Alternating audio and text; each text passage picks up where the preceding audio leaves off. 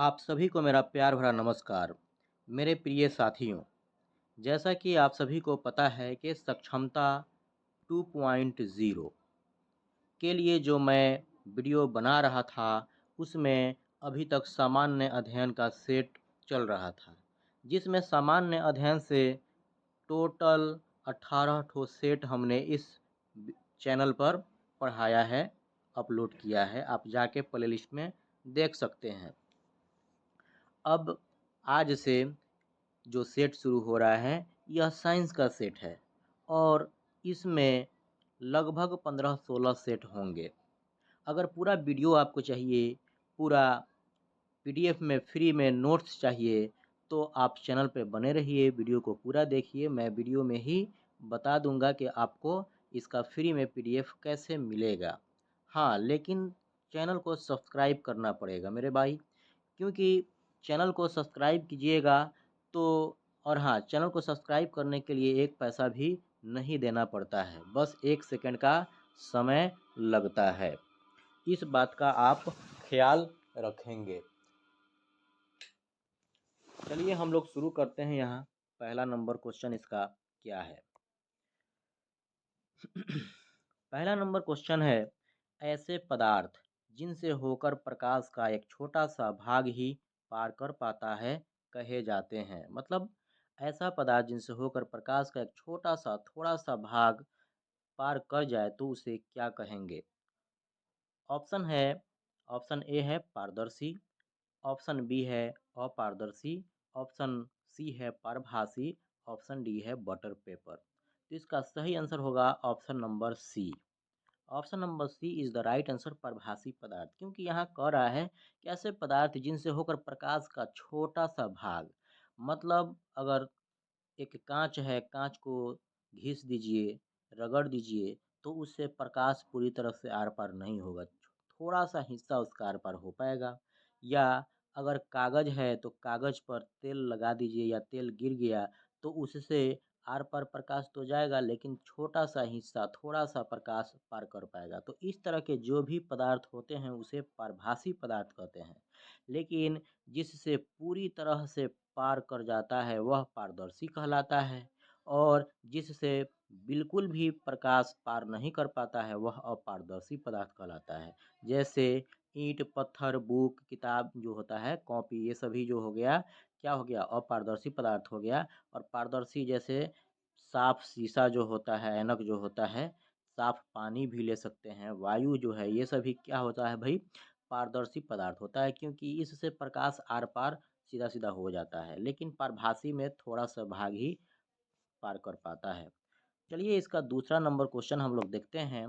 दूसरा number question है, एक प्रकाश किरण एक समतल दर्पण पर लंबवत आपतित होती है, परावर्तन कोण का मान उस समय क्या होता है, यानी क्या होगा? तो याद रखिएगा कि एक प्रकाश किरण एक समतल दर्पण पर, समतल दर्पण क्या है? यही है समतल दर्पण, नीचे जो इस तरह से खींचा रहता है वो कलई होता है। तो इस समतल दर्पण पर एक प्रकाश किरण एक समतल दर्पण पर लंबवत, ये परपेंडिकुलर, लंबवत आपतित हो गया, पड़ गया इस समतल दर्पण पर। ये समतल दर्पण है भाई, और ये प्रकाश का किरण हो गया।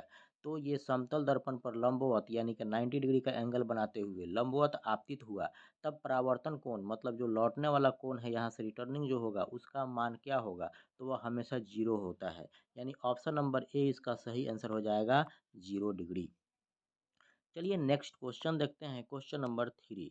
3 नंबर क्वेश्चन है, दो समांतर समतल दर्पण के बीच रखी गई वस्तु के सिद्धांततः कितने प्रतिबिंब बन सकते हैं? अगर दो ठो समांतर समतल दर्पण रखा गया है तो उसके बीच जो है वस्तु का कितना प्रतिबिंब बन सकता है, ये पूछ रहा है। तो वह अनंत होता है, 1 2 4 नहीं, बल्कि वह अनंत होता है जिसकी कोई गिनती नहीं की जा सकती है।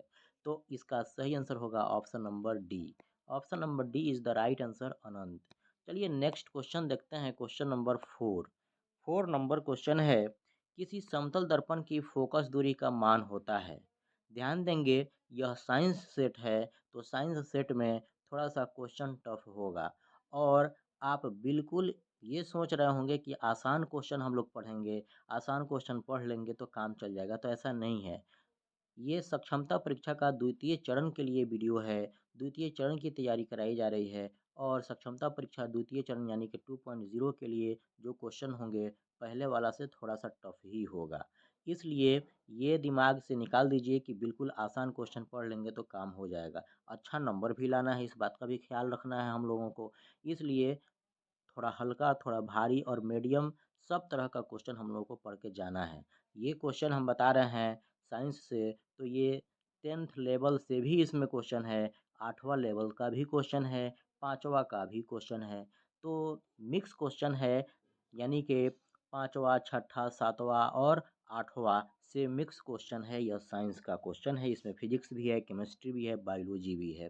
तो थोड़ा टफ भी होगा, बहुत ऐसा क्वेश्चन आपको मिल जाएगा जो बहुत आसान भी होगा। इसलिए सब क्वेश्चन की तैयारी करनी होगी। चलिए यहाँ ध्यान दीजिए, किसी समतल दर्पण की फ़ोकस दूरी का मान होता है। समतल दर्पण जो है उसके फ़ोकस दूरी का मान क्या होता है भई? तो वह अनंत होता है। किसी भी समतल दर्पण की फ़ोकस दूरी का मान क्या होता है? अनंत होता है। तो अनंत इसमें ऑप्शन नंबर सी है, तो ऑप्शन नंबर सी इसका सही आंसर हो जाएगा। चलिए नेक्स्ट क्वेश्चन देखते हैं हम लोग, क्वेश्चन नंबर 5। 5 नंबर क्वेश्चन है, किसी गोलीय दर्पण पर जब आपतित किरण उसके वक्रता केंद्र से होकर गुजरती है तब परावर्तित किरण, किसी गोलीय दर्पण पर जब आपतित किरण उसके वक्रता केंद्र से होकर गुजरती है तब परावर्तित किरण क्या होगा? ऑप्शन देखते हैं ज़रा सा। ऑप्शन ए है दर्पण के ध्रुव से होकर गुजरेगी। ऑप्शन बी है दर्पण के फोकस से होकर गुजरेगी। ऑप्शन सी है पूर्व पथ पर लौट जाएगी और ऑप्शन डी है मुख्य अक्ष के समांतर होगी। तो इसका सही आंसर होगा option number C. Option number C is the right answer. पूर्व पथ पर लौट जाएगी। पूर्व का मतलब हो गया पहले, पथ का मतलब हो गया रास्ता, यानी पहले वाला जो रास्ता होता है उसी पर वह लौट जाएगी। पूर्व पथ पर लौट जाएगी। उसके बाद है, यहाँ पर ध्यान देंगे ज़रा सा, किसी गोलीय दर्पण पर जब आपतित किरण उसके वक्ता केंद्र से होकर गुजरती है, वक्ता केंद्र को सी से लिखा जाता है। वक्ता केंद्र को किससे दर्शाया जाता है भाई? तो सी से दर्शाया जाता है। सी उसका संकेत होता है। तो वक्रता केंद्र से होकर गुजरती है तब परावर्तित किरण, परावर्तित किरण किसको बोलते हैं? जो टकरा कर, यानी दर्पण से टकरा कर लौट जाए उसको परावर्तित किरण बोलेंगे। तो परावर्तित किरण पूर्व पथ पर लौट जाएगी। चलिए नेक्स्ट क्वेश्चन देखते हैं, क्वेश्चन नंबर 6। 6 नंबर क्वेश्चन है, यदि किसी दर्पण द्वारा बने प्रतिबिंब का आकार हमेशा वस्तु के आकार के बराबर हो तो दर्पण होगा। यदि किसी भी दर्पण को, यानी किसी भी दर्पण द्वारा बना प्रतिबिंब जो होगा उसका आकार हमेशा वस्तु के आकार के बराबर अगर हो रहा है तो दर्पण, वह दर्पण जो होगा, दर्पण का मतलब होता है आम भाषा में समझिए ऐनक, शीशा। तो वह दर्पण होगा। कौन सा दर्पण होगा? उत्तल दर्पण होगा, अवतल दर्पण होगा, या समतल दर्पण होगा, या समतल या उत्तल होगा। तो इसका सही आंसर होगा option number C. Option number C is the right answer, समतल दर्पण। ध्यान देंगे, आप अपने घर में जिस शीशा में अपना चेहरा देखते हैं, यानी अगर कह सकते हैं कि बड़ा वाला जो गोदरेज जो होता है अलमारी, तो गोदरेज अलमारी में जो शीशा लगा रहता है तो वह बड़ा शीशा हो गया। तो उसमें आप अपना फ़ोटो देखते हैं सामने खड़ा होकर के, तो आपका साइज़ और उसमें प्रतिबिंब जो इमेज जिसको बोलते हैं, फ़ोटो जिसको बोलते हैं, यानी फ़ोटो का साइज़ यानी प्रतिबिंब का साइज़ और आपका साइज़ दोनों बराबर दिखता है। तो वह क्यों ऐसा होता है? क्योंकि वह दर्पण जो है, जिस दर्पण में आप चेहरा देखते हैं, वह समतल होता है। समतल का मतलब हो गया बराबर, तो वह दर्पण समतल होता है, इसलिए यहाँ ऑप्शन नंबर सी होगा समतल। चलिए नेक्स्ट क्वेश्चन देखते हैं, क्वेश्चन नंबर 7। 7 नंबर क्वेश्चन है, निम्नलिखित में कौन दहन अभिक्रिया है? निम्नलिखित में कौन दहन अभिक्रिया है? दहन का मतलब ही होता है जलना, मतलब इसमें कौन ऐसा अभिक्रिया है जो जलने का जो है क्रिया है, अभिक्रिया है? ऑप्शन ए है उबलता हुआ जल, ऑप्शन बी है मोम का पिघलना, ऑप्शन सी है पेट्रोल का जलना, ऑप्शन डी है कोई नहीं। तो क्वेश्चन अगर समझ में आ गया तो बहुत ही आसान आंसर है इसका कि ऑप्शन सी इसका आंसर हो जाएगा। पेट्रोल का जलना एक दहन अभिक्रिया है। दहन का मतलब जलने वाला जो होता है, और अभिक्रिया तो अभिक्रिया समझ ही गए, रिएक्शन है। तो जलने का क्रिया जो है इसमें पेट्रोल का जलना है। Option number C is the right answer. चलिए नेक्स्ट क्वेश्चन देखते हैं, क्वेश्चन नंबर 8। 8 नंबर क्वेश्चन है, प्रकाश रासायनिक अभिक्रिया में, मतलब प्रकाश रासायनिक जो अभिक्रिया होता है, लाइट रिएक्शन जो होता है, उसमें क्या होता है? तो ऑप्शन ए है प्रकाश का अवशोषण होता है, ऑप्शन बी है प्रकाश का उत्सर्जन होता है, ऑप्शन सी है प्रकाश का अपघटन होता है और ऑप्शन डी है प्रकाश का अपघटन होता है। ऑप्शन सी है पदार्थ का अपघटन, ऑप्शन डी है प्रकाश का अपघटन। तो यहाँ सही आंसर इसका होगा option number A. Option number A is the right answer. प्रकाश का अवशोषण होता है। ध्यान दीजिए यहाँ पर, मतलब प्रकाश उसमें लगता है, प्रकाश अवशोषित होता है। किस में? तो प्रकाश रासायनिक अभिक्रिया में प्रकाश की खपत होती है, इसलिए ऑप्शन ए इसका सही आंसर होगा, प्रकाश का अवशोषण होता है। चलिए नेक्स्ट क्वेश्चन देखते हैं, क्वेश्चन नंबर 9। 9 नंबर क्वेश्चन है रेडॉक्स अभिक्रिया में। रेडॉक्स अभिक्रिया एक डिफिनेशन होता है और रेडॉक्स अभिक्रिया में जो है ऑक्सीकरण और अवकरण दो एक अलग अलग क्रिया होता है जो हमेशा साथ में ही होता है। ये आप हमेशा याद रखिएगा। ऑक्सीकरण और अवकरण दोनों अभिक्रिया हमेशा साथ में होते हैं। ऑप्शन देखते हैं यहाँ पे कि रेडॉक्स अभिक्रिया में क्या होता है। ऑप्शन ए है सिर्फ ऑक्सीकरण होता है, ऑप्शन बी है ऑक्सीकरण और अवकरण दोनों साथ साथ होते हैं, ऑप्शन सी है सिर्फ अवकरण होता है, ऑप्शन डी है कोई नहीं।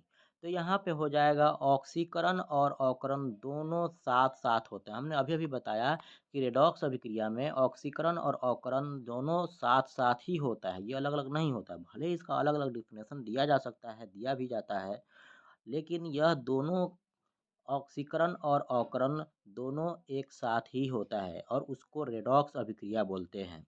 चलिए नेक्स्ट क्वेश्चन देखते हैं, क्वेश्चन नंबर 10। 10 नंबर क्वेश्चन है, जिस न्यूनतम क्या है क्वेश्चन, जिस न्यूनतम ताप पर कोई पदार्थ जलना प्रारंभ करता है तो उसे कहते हैं। अगर कोई भी पदार्थ जलता है तो उसका एक न्यूनतम पॉइंट जो होता है, न्यूनतम ताप होता है, कोई भी पदार्थ जले तो वही कह रहा है कि जिस न्यूनतम ताप पर कोई भी पदार्थ जलना प्रारंभ करता है उस न्यूनतम ताप को क्या कहते हैं। तो उस न्यूनतम ताप को याद रखिएगा, ज्वलन ताप कहते हैं। मतलब जहाँ से वह जलना शुरू होता है, जिस पॉइंट से जलना शुरू होता है, जिस न्यूनतम, जिस कम से कम ताप उसका जो शुरू होता है पदार्थ के जलने के लिए, वह ताप यानी न्यूनतम ताप ज्वलन ताप कहलाता है। तो इसका सही आंसर होगा ऑप्शन नंबर ए, ज्वलन ताप। जिस न्यूनतम ताप पर कोई पदार्थ जलना प्रारंभ करता है उसे ज्वलन ताप कहते हैं। चलिए नेक्स्ट क्वेश्चन देखते हैं, क्वेश्चन नंबर 11। 11 नंबर क्वेश्चन है, खाना बनाने में प्रयुक्त द्रवीभूत पेट्रोलियम गैस का प्रमुख अवयव है। खाना बनाने में प्रयुक्त द्रवीभूत पेट्रोलियम गैस। भाई द्रवीभूत पेट्रोलियम गैस क्या है? तो द्रवीभूत पेट्रोलियम गैस जो है, एलपीजी को हिंदी में बोला जाता है द्रवीभूत पेट्रोलियम गैस, एलपीजी। एलपीजी क्या है भाई? L PG. एलपीजी का मतलब होता है इंग्लिश में लिक्विफाइड पेट्रोलियम गैस। एल से लिक्विफाइड, पी से पेट्रोलियम, जी से gas. LPG liquefied petroleum gas को हिंदी में बोला जाता है द्रवीभूत पेट्रोलियम गैस। अब ये कह रहा है कि इस एलपीजी में प्रमुख अवयव क्या होता है, मतलब एलपीजी में गैस जो भरा रहता है उसमें एक से ज़्यादा गैस भरा रहता है, 2-3 ठो भरा रहता है, उसमें उसका प्रमुख अवयव क्या होता है? तो याद रखिए उसमें मीथेन भी होता है, लेकिन मीथेन के अलावा 2 और होता है जिसमें ब्यूटेन भी होता है, प्रोपेन भी होता है यहाँ। लेकिन इसमें सभी में क्या है कि ब्यूटेन जो है सबसे इम्पोर्टेंट होता है, सबसे प्रमुख होता है ब्यूटेन।